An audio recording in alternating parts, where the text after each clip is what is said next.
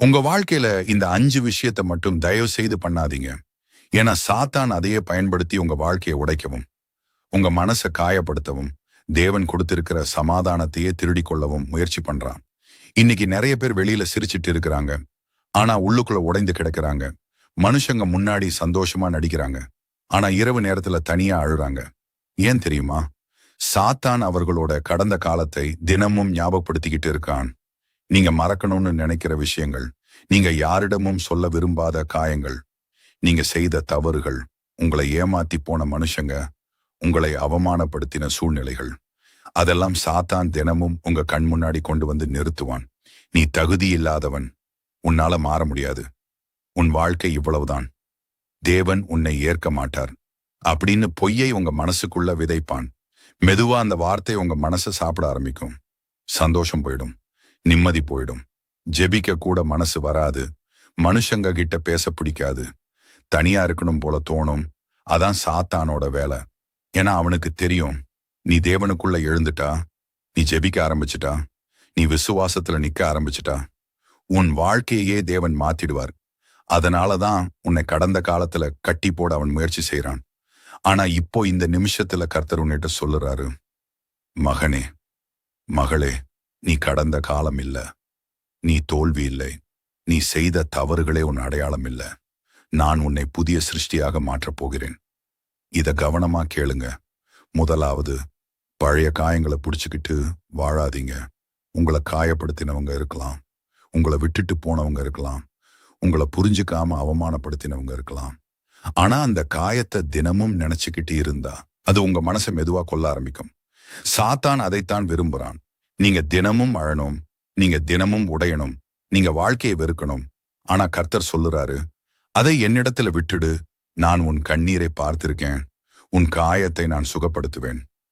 இரண்டாவது, உங்களை நீங்களே வெறுக்காதீங்க.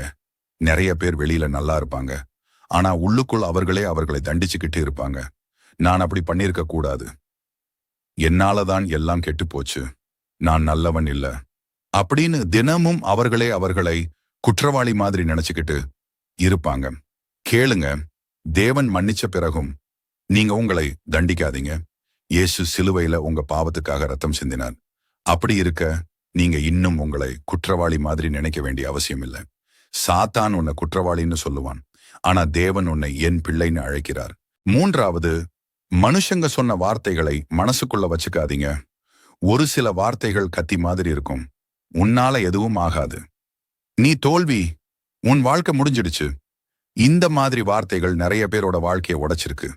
ஆனா கேளுங்க, மனுஷன் சொல்வது இறுதி வார்த்தை இல்லை, தேவன் சொல்வதுதான் இறுதி.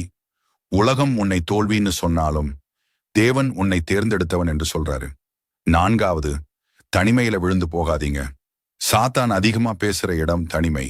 நீங்க தனியா உட்கார்ந்திருக்கும் போது பழைய நினைவுகளை கொண்டு வருவான், பயம் கொண்டு வருவான், தற்கொலை எண்ணம் கொண்டு வருவான், உன்னை யாருக்கும் தேவையில்லைன்னு சொல்லுவான்.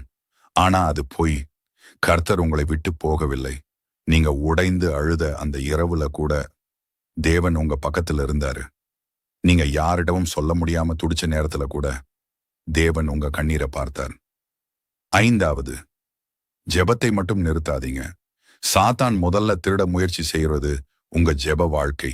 ஏன்னா ஜெபிக்கிற மனிதனை அவன் பயப்படுறான். நீங்க ஜெபிக்க ஆரம்பிச்சா உங்க வீட்டுக்குள்ள வல்லமை இறங்கும், உங்க மனசுக்குள்ள சமாதானம் வரும், கட்டி போட்டிருந்த இருளுடையும். அதனாலதான் அவன் உங்களை சோர்வடைய வைக்கிறான். ஜெபிச்சு என்ன பயன் கேட்க வைக்கிறான். ஆனா கேளுங்க, நீங்க அமைதியா அழுத ஜெபத்தையும் தேவன் கேட்கிறார். மனுஷங்க உங்க கண்ணீரை புரிஞ்சுக்காம இருக்கலாம், ஆனா தேவன் புரிஞ்சுக்கிறாரு. இப்போ இந்த நிமிஷத்துல உங்க வாழ்க்கையில சாத்தான் கட்டி போட்டிருந்த எல்லா சங்கிலியும் இயேசுவின் நாமத்தில் உடையட்டும். குற்ற உணர்ச்சி உடையட்டும், பயம் உடையட்டும், தோல்வி உடையட்டும், இரவில் தூங்க விடாத வேதனை உடையட்டும். கர்த்தருடைய சமாதானம் உங்க வீட்டுக்குள்ள இறங்கட்டும். நீங்க சாபத்துக்காக பிறக்கல, நீங்க தோல்விக்காக பிறக்கல, நீங்க அழுவதற்காக உருவாக்கப்படல. தேவன் உங்களை உயர்த்தப் போகிறார். உங்க வாழ்க்கையை பார்த்து சிரிச்சவங்க முன்னாடியே தேவன் உங்களை சாட்சியாக நிறுத்தப் போகிறார்.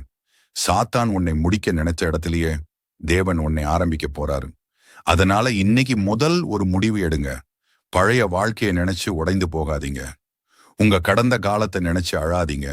தேவன் உங்களுக்காக வைத்திருக்கும் புதிய வாழ்க்கைக்காக எழுந்து நடங்க. ஏன்னா நீங்க தோற்று போனவன் இல்ல. கர்த்தர் கைவிடாத மனிதன்.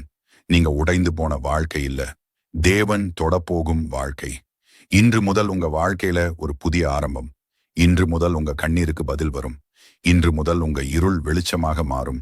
இன்று முதல் சாத்தானுடைய பொய்யுடையும். கர்த்தருடைய வல்லமை உங்க வாழ்க்கையில வெளிப்படும். இயேசுவின் நாமத்தில் ஆமென்.